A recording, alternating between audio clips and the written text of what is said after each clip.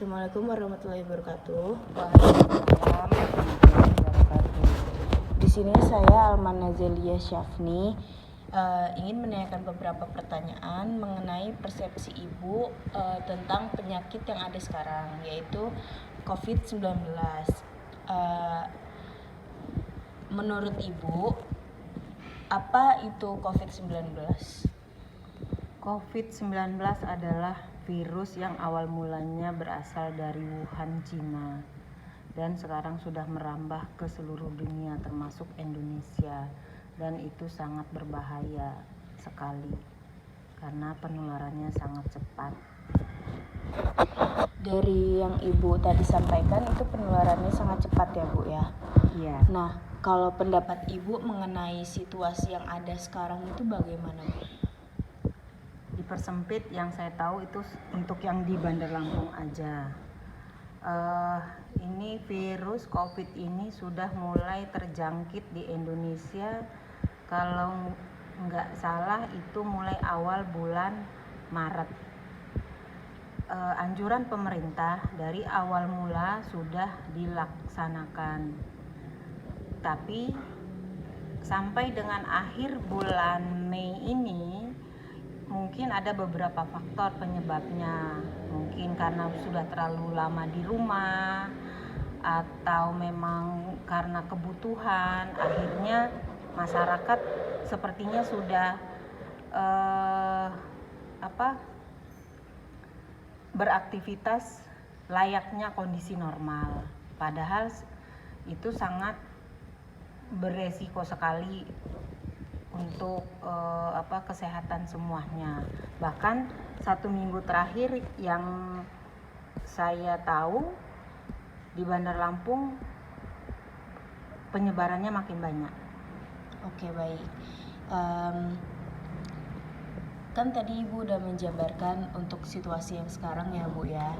Kalau misalnya untuk kehidupan sehari-hari, apa yang ibu lakukan untuk menjalani situasi pada saat ada pandemi seperti ini?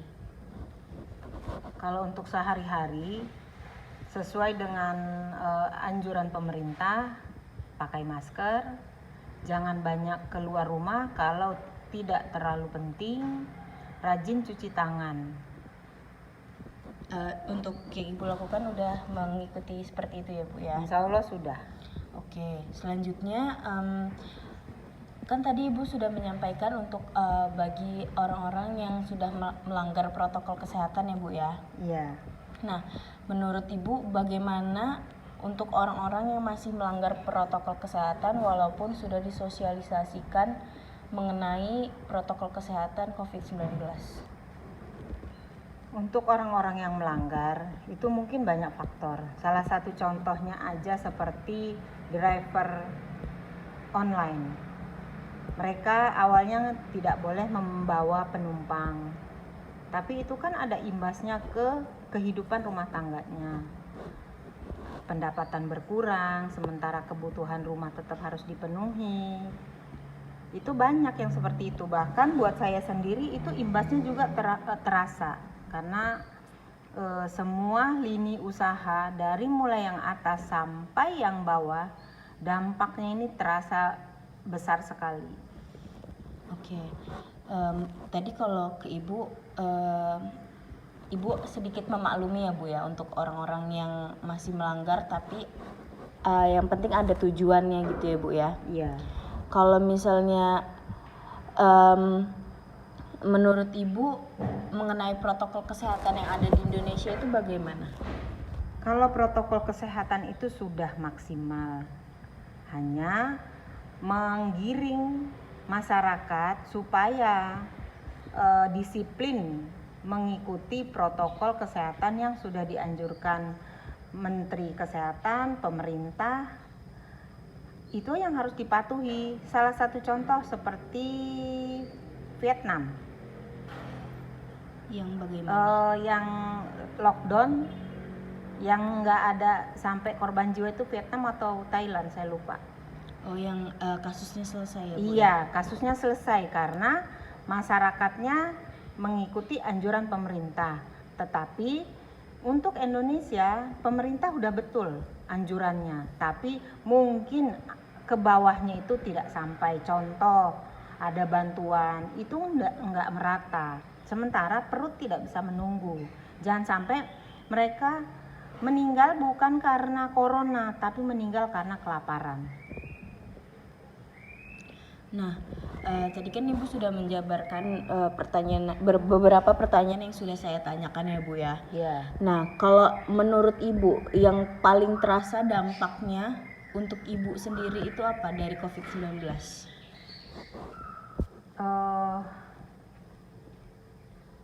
Untuk saya sendiri dari segi finansial sudah pasti.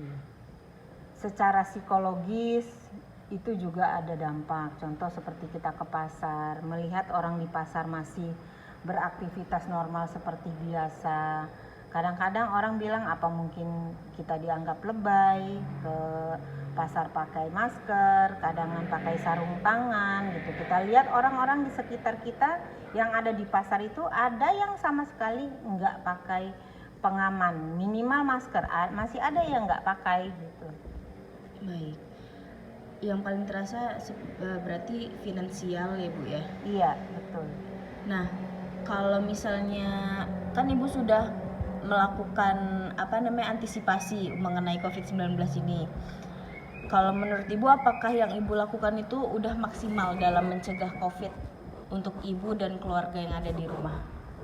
Sepertinya sudah. Cuma kan saya masih ada aktivitas di luar.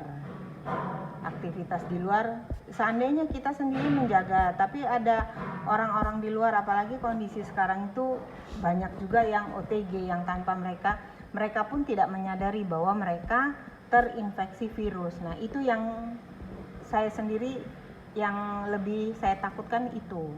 Walaupun kita sudah menjaga, tapi ternyata kita berinteraksi sama orang yang memang OTG. Nah, itu yang bikin saya takut.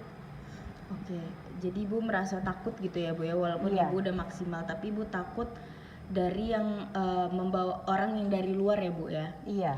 Nah, ketakutan sebesar apa yang Ibu rasakan mengenai COVID-19 untuk Ibu dan keluarga Ibu?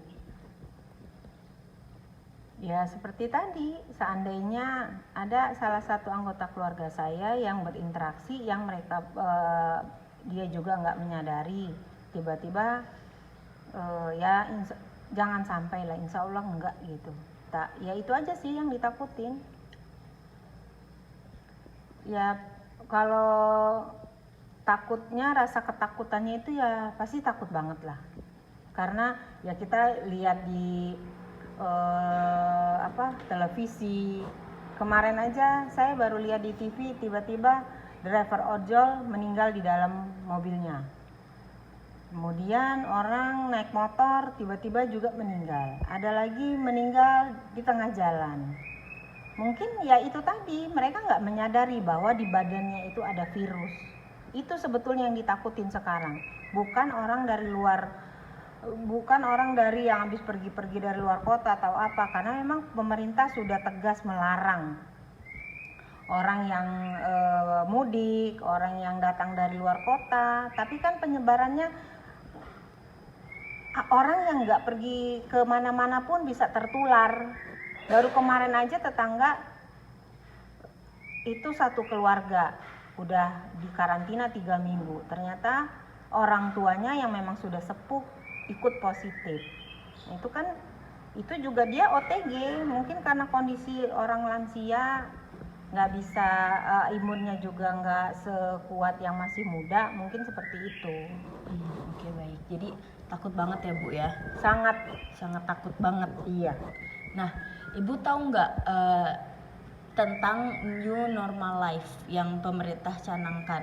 Kan setelah kita menjalani hidup berdampingan dengan corona, pemerintah bilang kalau kita itu akan melakukan new normal life. Apa Ibu tahu?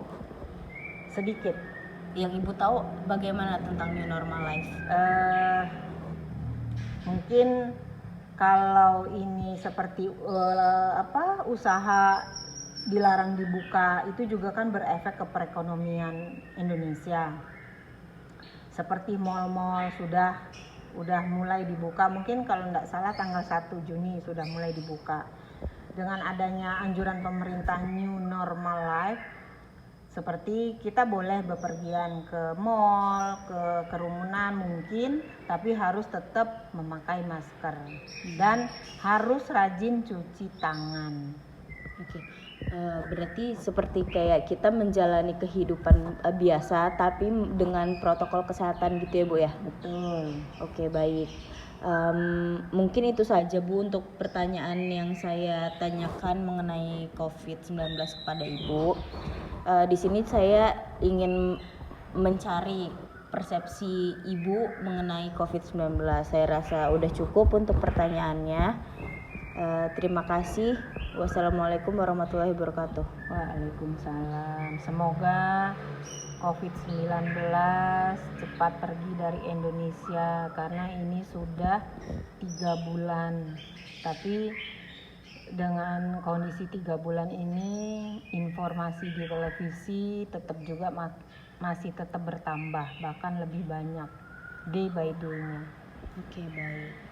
Semoga ketakutannya berkurang ya Bu. Dan semoga kasusnya juga cepat selesai dan kurvanya cepat landai ya Bu ya. Amin. Terima kasih. Wassalamualaikum warahmatullahi wabarakatuh. Waalaikumsalam warahmatullahi wabarakatuh.